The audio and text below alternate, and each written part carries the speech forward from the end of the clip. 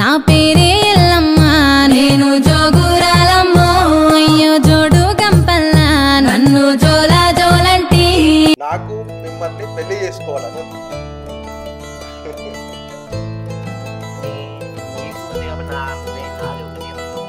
నాది ఏంటి అంటే నేను ఒక దేవుని కళ్యాణం చేసుకున్నా కాబట్టి నేను ఉద్యోగిని కాబట్టి అమ్మవారితో కళ్యాణం అయింది కాబట్టి నా లైఫ్ మొత్తం అమ్మవారి నా గోల్ మొత్తం అమ్మవారి.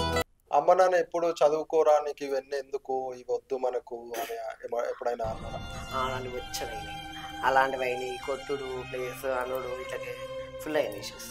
అంటే ఇప్పుడు థర్డ్ క్లాస్ నుంచే మీ పైకి అమ్మవారు రావడం అనేది అంటే నాకు అమ్మవారు థర్డ్ క్లాస్ నుంచి వచ్చేసింది, 9 years అబ్బాయి నుంచి వచ్చేసింది.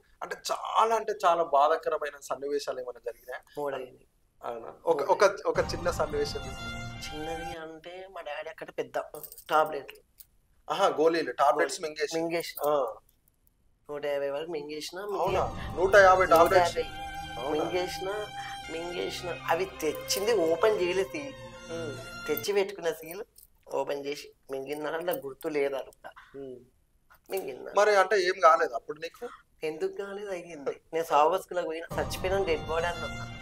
డాడీ వాళ్ళు ఏంటంటే అమ్మవారు వచ్చినాక ఇట్లా చేస్తున్నా అంటే చిన్న పంచి అమ్మాయి లాగా చేస్తున్నావు, నీకు దేవుడు రాలేడు, నువ్వే కావాలని చేస్తున్నావు అన్న డాడీ వాళ్ళు.